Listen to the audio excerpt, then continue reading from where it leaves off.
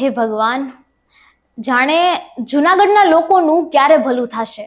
અત્યારે તો ચારેકોર ખોદકામનો ભરપૂર વિકાસ થાય છે। નેતાઓને આ દુર્દશા ઉપર શરમ પણ નથી આવતી। લોકોના હાડકા ખોખરા થાય છે, વાહનો બગડે છે। અત્યારે આ સ્થિતિ છે તો ચોમાસામાં શું થશે? અત્યારે આખું જુનાગઢ શહેર ખોદકામથી બાનમાં છે। નજીકના દિવસોમાં જ સ્કૂલો ખુલતા હાલાકી વધશે। બાળકોને અકસ્માતનો પણ ભય છે।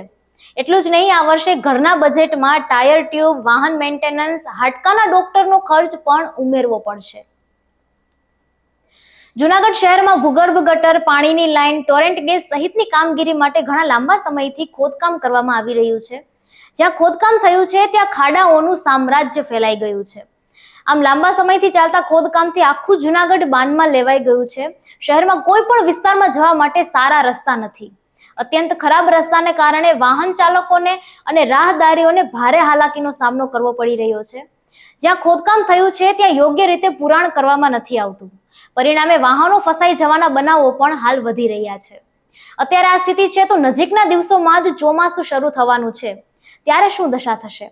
તેના વિચાર માત્રથી જ શહેરીજનોને કંપારી છૂટી જાય છે।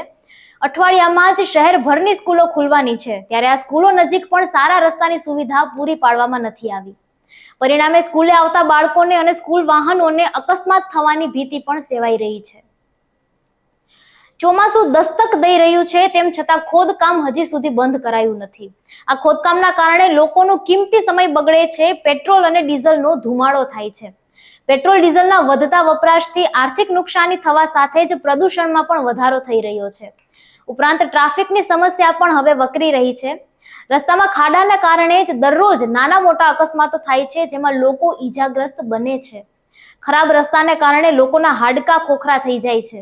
ત્યારે કોર્પોરેશન તંત્ર લોકોને સારા રસ્તાની સુવિધા ચોમાસા પહેલા જ પૂરી પાડે તેવી શહેરીજનોની માંગ છે। જો સારા રસ્તાની સુવિધા ચોમાસા પહેલા પૂરી પાડવામાં નહીં આવે તો ચોમાસામાં શહેરીજનોની હાલત બદથી બદતર થઈ જશે।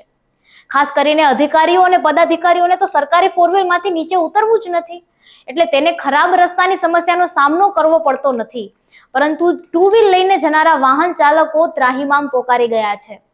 રસ્તામાં ખાડા, પથ્થરો, ધૂળના કારણે ટુ વ્હીલર ચાલકોને જાન હથેળીમાં લઈને નીકળવું પડે છે। અત્યંત ખરાબ ખાડાવાળા જોખમી રસ્તાને કારણે જુનાગઢના શહેરીજનોને શહેરમાં નહીં પરંતુ મોતના કૂવામાં વાહન ચલાવતા હોય તેવી અનુભૂતિ થઈ રહી છે।